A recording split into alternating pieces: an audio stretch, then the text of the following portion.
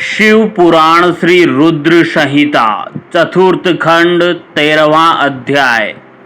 पार्वती द्वारा गणेश की उत्पत्ति। सूत जी कहते हैं, कुमार कार्तिकेय के उत्तम चरित्र को सुनकर नारद जी बहुत प्रसन्न हुए और प्रसन्नता पूर्वक ब्रह्मा जी से बोले, हे विधाता, आप ज्ञान के अथाह सागर है तथा करुणा निधान भगवान शिव के विषय में सब कुछ जानते हैं। आपने शिव पुत्र स्वामी कार्तिकेय के अमृतमय चरित्र को सुनाकर मुझ पर बड़ी कृपा की है। भगवान, अब मैं विघ्न विनाशक श्री गणेश के विषय में जानना चाहता हूँ।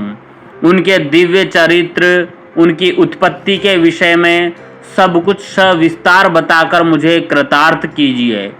मुनि श्रेष्ठ नारद के ये उत्तम वचन सुनकर ब्रह्मा जी हर्षपूर्वक बोले, नारद, तुम गणेश उत्पत्ति की कथा सुनना चाहते हो, अतएव तुम्हारी प्रसन्नता के लिए मैं तुम्हें उनके जन्म के विषय में बताता हूँ।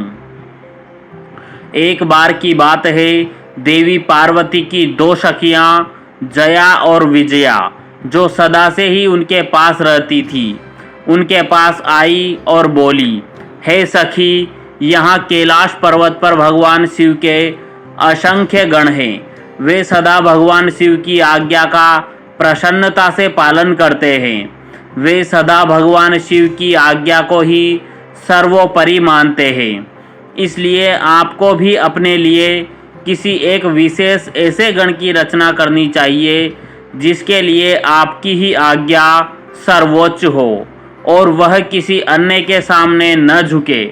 अपनी सखियों की बात यद्यपि पार्वती को एक बार को अच्छी लगी, परंतु अगले ही पल वे बोली कि भला मुझमें और मेरे पति में क्या भेद है। हम दोनों एक ही है और सभी शिवगण मुझमें और सदाशिव में कोई अंतर नहीं समझते। वे हम दोनों की ही आज्ञाओं का सदा पालन करते हैं। पार्वती जी के ये वचन सुनकर उनकी सखियां आगे कुछ नहीं बोली और वहां से चली गई। एक दिन की बात है, देवी पार्वती अपने कक्ष में स्नान कर रही थी। वे नंदी को द्वारपाल बनाकर द्वार पर बैठा कर गई थी। तभी कक्ष में भगवान शिव का प्रवेश हो गया, क्योंकि नंदी अपने आराध्य शिव को अंदर आने से रोक न पाए। देवी पार्वती को उस समय बड़ी लज्जा महसूस हुई। इस घटना के उपरांत पार्वती को अपनी सखियों द्वारा दिए गए सुझाव का स्मरण हुआ। तब उन्होंने सोचा कि मेरा भी कोई ऐसा सेवक होना चाहिए जो कार्य कुशल हो और मेरी आज्ञा का सदैव पालन करे, अपने कर्तव्य से कभी भी विचलित न हो। ऐसा विचार करके उन्होंने अपने शरीर के मेल से शुभ लक्षणों से युक्त उत्तम बालक की रचना की। वह बालक शोभा संपन्न, महाबली, पराक्रमी और सुंदर था। पार्वती जी ने उसे सुंदर वस्त्र और आभूषणों से विभूषित करके उसे अनेक आशीर्वाद दिए। पार्वती ने कहा कि तुम मेरे पुत्र हो, तुम्हारा नाम गणेश है। पार्वती जी के ये वचन सुनकर वह तेजस्वी बालक गणेश बोला, हे माता, हे जननी, आज आपने मुझे इस जगत में उत्पन्न किया है। आज से मैं आपका पुत्र हूँ। मैं आपको बारंबार नमस्कार करता हूँ।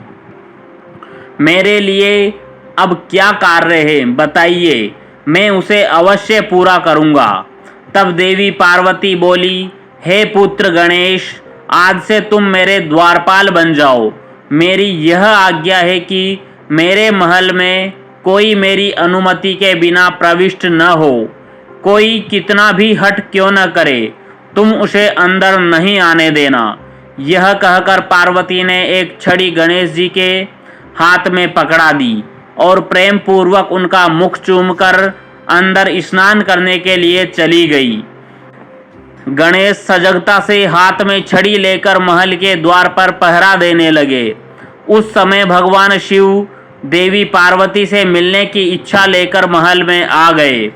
जब वे द्वार पर पहुँचे तो गणेश ने उनसे कहा, हे देव, इस समय मेरी माता अंदर स्नान कर रही है, अतः आप यहाँ से चले जाएं तथा बाद में आएं।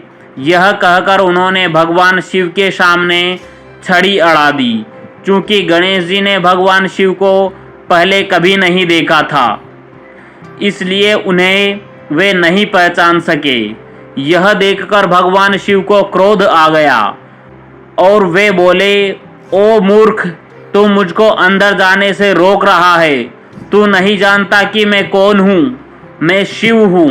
मैं पार्वती का पति हूँ और अपने ही घर में जा रहा हूँ। यह कहकर जैसे ही भगवान शिव आगे बढ़े, गणेश जी ने उन पर छड़ी से प्रहार कर दिया। यह देखकर भगवान शिव को क्रोध आ गया। उन्होंने अपने गणों को गणेश को वहां से हटाने की आज्ञा दी और स्वयं बाहर खड़े हो गए। यह अध्याय यहीं समाप्त होता है। अगला अध्याय सुनने के लिए हमारे चैनल को सब्सक्राइब करना ना भूलें। धन्यवाद। ओम नमः शिवाय।